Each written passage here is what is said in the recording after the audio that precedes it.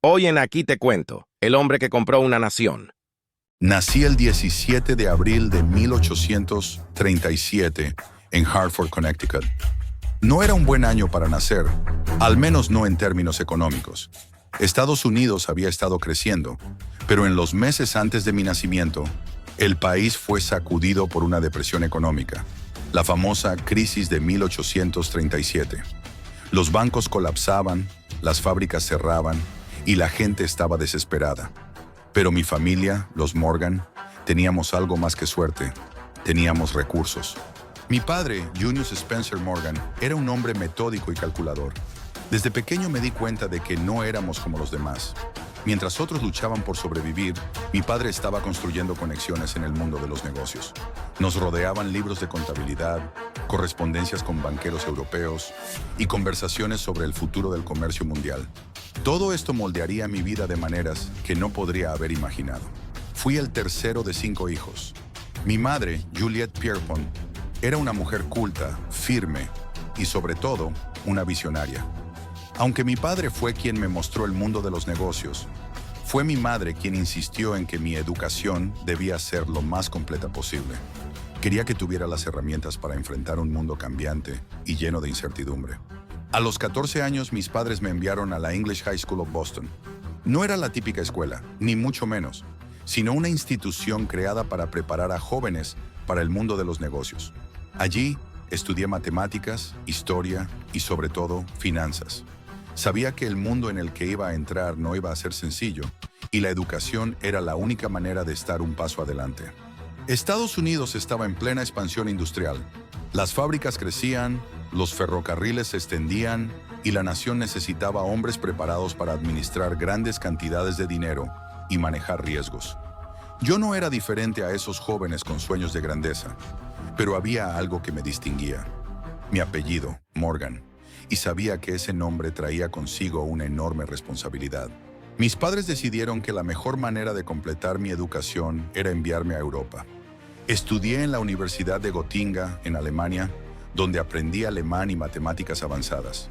Aquellos fueron años decisivos, no solo por la formación académica, sino por las relaciones que comencé a tejer.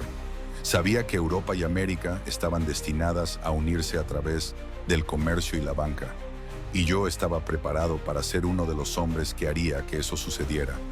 En la década de 1850, mientras J.P. Morgan recibía su educación en Europa, el mundo experimentaba enormes cambios. La revolución industrial avanzaba, y tanto Europa como Estados Unidos se veían transformados por la construcción de ferrocarriles, fábricas y el desarrollo del comercio internacional. En América, los Morgan ya estaban posicionados dentro del sector financiero, y Junius Spencer Morgan pronto dirigiría la firma George Peabody & Co., con sede en Londres, asegurando una base sólida para el futuro de su hijo. Desde muy joven supe que había nacido en una era crucial, en un punto de inflexión. Las oportunidades estaban allí, y las dificultades también. El mundo estaba cambiando, y si quería tener un papel importante, debía estar listo para adaptarme a cada giro del destino. Sabía que la banca era mi camino. El dinero movía al mundo, y yo estaba decidido a ser quien moviera el dinero. Cuando volví de Europa, no había tiempo que perder.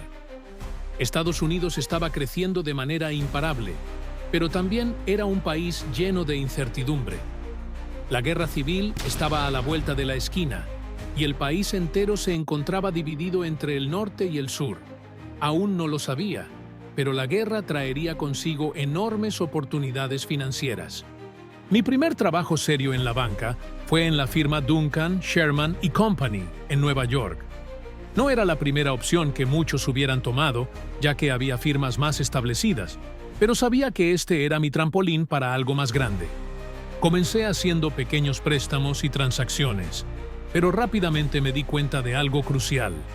La guerra era inminente, y eso traería consigo una demanda gigantesca de armas, uniformes y suministros. Entonces ocurrió. En 1861 comenzó la Guerra Civil. Mientras otros temblaban ante el caos que se avecinaba, yo vi una oportunidad. Compré 5,000 rifles defectuosos del gobierno federal por apenas $3.50 cada uno. Los reparé y los revendí al gobierno por $22 por unidad. Fue una transacción arriesgada, pero extremadamente lucrativa. No estaba solo. Mientras yo comenzaba a dar mis primeros pasos, otros como Andrew Carnegie también estaban haciendo lo mismo, pero en diferentes sectores. Él con el acero, yo con la banca. Ambos sabíamos que los tiempos de guerra eran tiempos de oportunidad, y aunque a muchos les costaba verlo, nosotros ya estábamos listos para capitalizarlo. La guerra civil terminó en 1865, pero el país quedó devastado. El sur estaba en ruinas y el gobierno federal estaba profundamente endeudado. Pero mientras las heridas de la nación aún estaban frescas, surgieron nuevas oportunidades. El futuro de Estados Unidos no estaba en el algodón ni en las plantaciones. Estaba en el ferrocarril. Los trenes conectarían al país y traerían consigo una nueva era de crecimiento económico. J.P. Morgan sabía que para reconstruir y unificar a Estados Unidos, los ferrocarriles serían clave. Pero no era el único que veía este potencial. Los grandes nombres de la industria, como Cornelius Vanderbilt, estaban en una feroz competencia por controlar las vías férreas. Era una batalla de gigantes, donde las conexiones políticas eran tan importantes como el dinero. Vanderbilt, astuto y experimentado, era el rey de los ferrocarriles, pero yo tenía una estrategia diferente.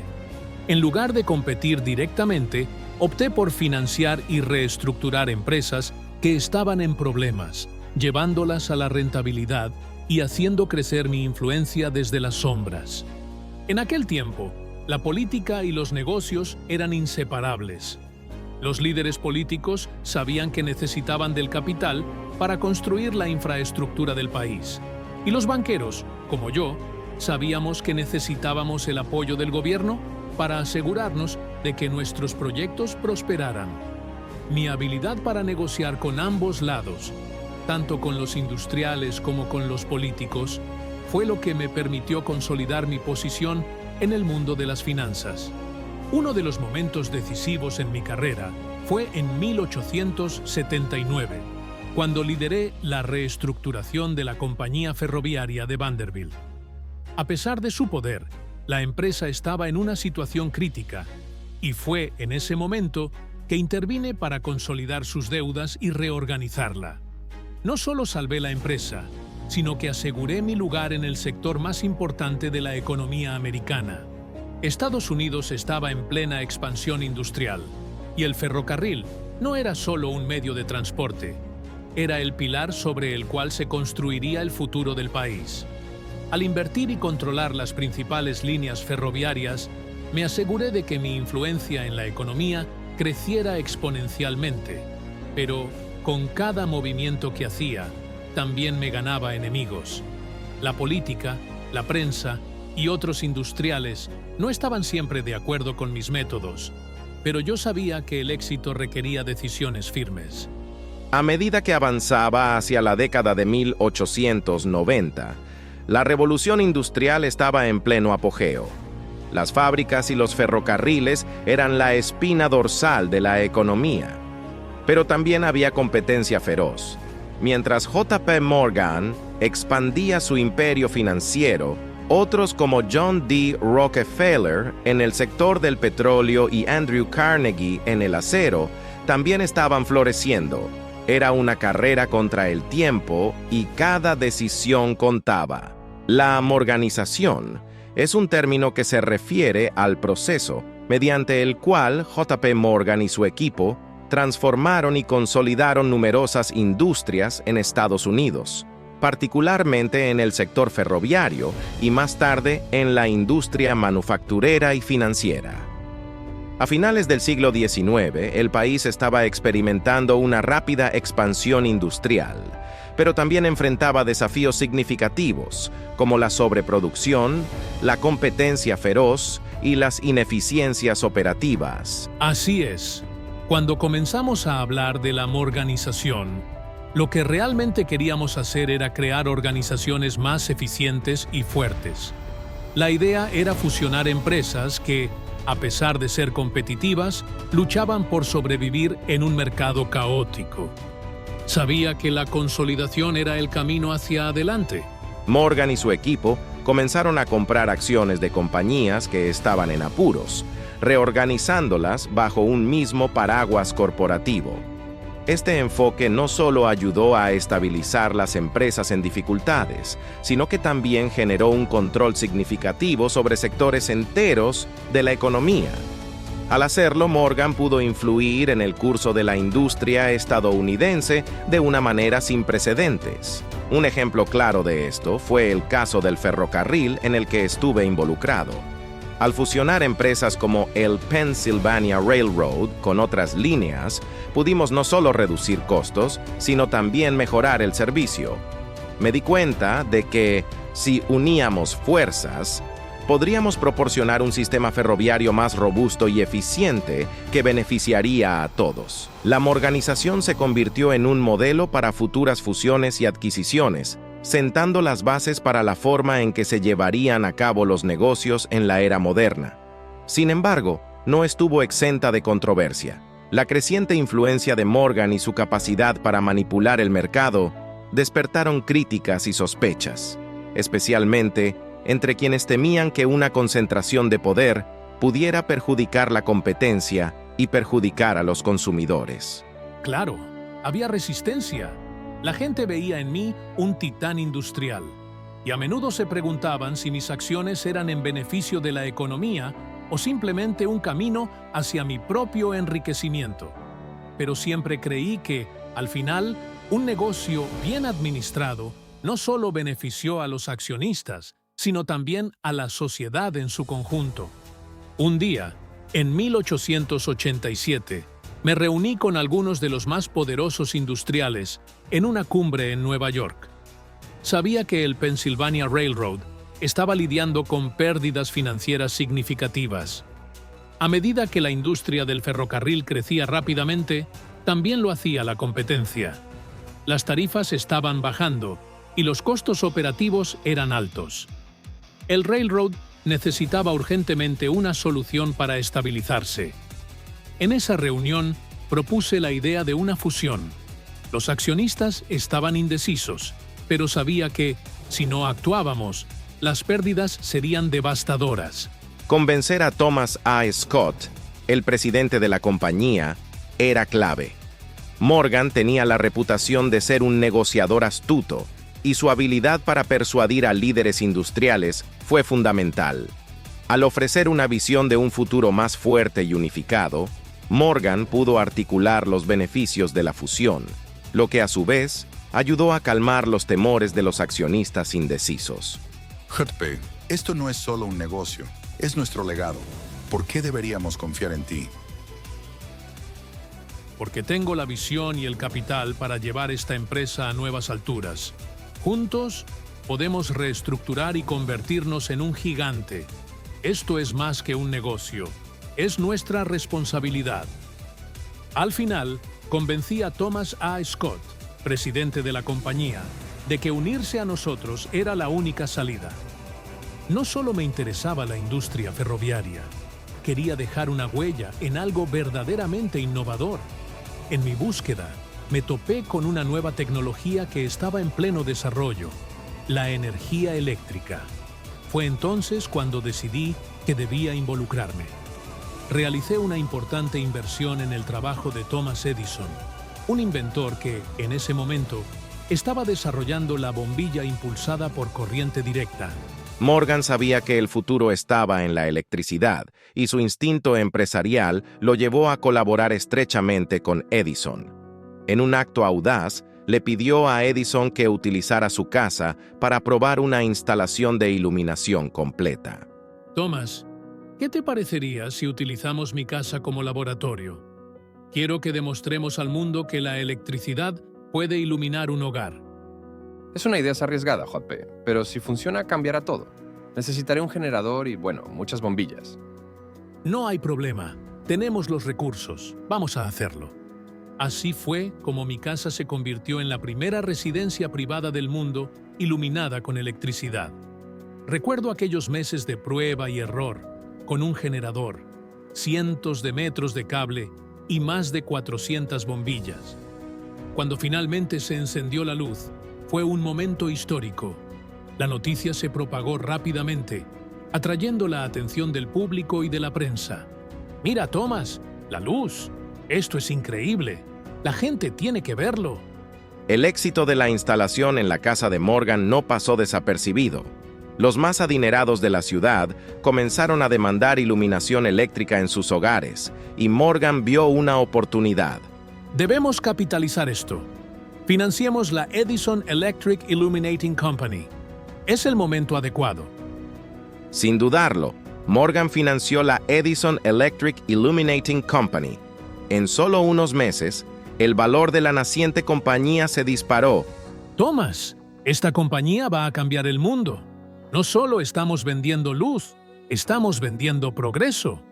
Mientras tanto, en 1890, la construcción de una planta de energía a orillas de las cataratas del Niágara estaba en marcha, destinada a proporcionar electricidad al noreste de Estados Unidos.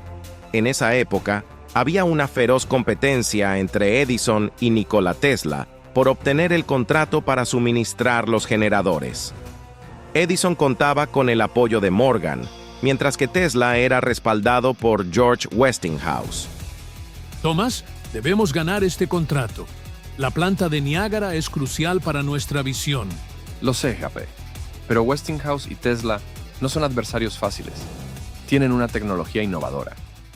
Sin embargo, la vida de Morgan dio un giro trágico. Ese mismo año, recibió la devastadora noticia del fallecimiento de su padre, Junius, en un accidente de carruaje. Morgan heredó automáticamente gran parte de la fortuna de su padre, un total de $15 millones de la época. También adquirió importantes inversiones familiares en ferrocarriles, bienes raíces, transporte marítimo, manufactura y banca. En un abrir y cerrar de ojos, su fortuna personal se cuadruplicó. Ahora, con la libertad de invertir y gastar mi dinero como quisiera, me lancé de lleno a competir por el contrato de las cataratas del Niágara. Estoy decidido a ganar. Morgan manipuló el mercado de acciones para forzar a su competidor directo, Westinghouse, a la bancarrota. Sin embargo, Westinghouse logró recuperarse y, junto a Tesla, realizaron una presentación deslumbrante iluminando la Feria Mundial de Chicago en 1893 con más de 200,000 bombillas. Esto es increíble, pero no puedo permitir que ganen el contrato. Debo hacer algo. Este impresionante logro no solo mostró la potencia y eficiencia de la corriente alterna, sino que también aseguró que Westinghouse y Tesla ganaran el contrato de las cataratas del Niágara. La corriente alterna se consolidó como el estándar mundial, algo que fue un duro golpe para Morgan. Lleno de frustración, pensé que quizás mi padre tenía razón sobre la competencia. Sin embargo, no estaba dispuesto a rendirme. Primero, amenacé a Westinghouse con llevarlo a la corte por infracción de una patente de aire acondicionado para mis generadores de energía. George, si no cedes las patentes de Tesla, te llevaré a la corte. No puedo dejar que esto se escape de mis manos. Luego Morgan tomó una decisión audaz. Compró una participación mayoritaria en la empresa de Edison y la renombró como General Electric. Con este movimiento estoy tomando el control. La compañía adquirirá un valor estimado de $50 millones de la época. Es hora de cambiar el enfoque. Con el control en sus manos, Morgan despidió a Edison y cambió el enfoque de la corriente directa a la corriente alterna. Esta es una nueva era. General Electric será un líder en la revolución eléctrica. La corriente alterna es el futuro. La noticia llegó pronto a los oídos de Rockefeller, quien no tardó en darse cuenta de que un nuevo rival para su producto estrella había nacido. John D. Rockefeller había amasado una inmensa fortuna refinando aceite para lámparas de queroseno.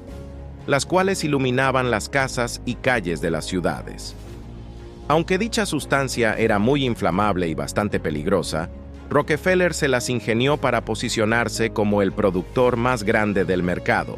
Por esto, la creación de una nueva tecnología de iluminación representaba una amenaza para su negocio y fortuna, por lo que de inmediato tomó represalias. Rockefeller invirtió una gran cantidad de dinero para que los medios de comunicación pusieran en marcha una campaña de desprestigio contra la electricidad, haciéndola ver como algo peligroso y aterrador al mostrar noticias de electrocuciones e incendios fuera de control.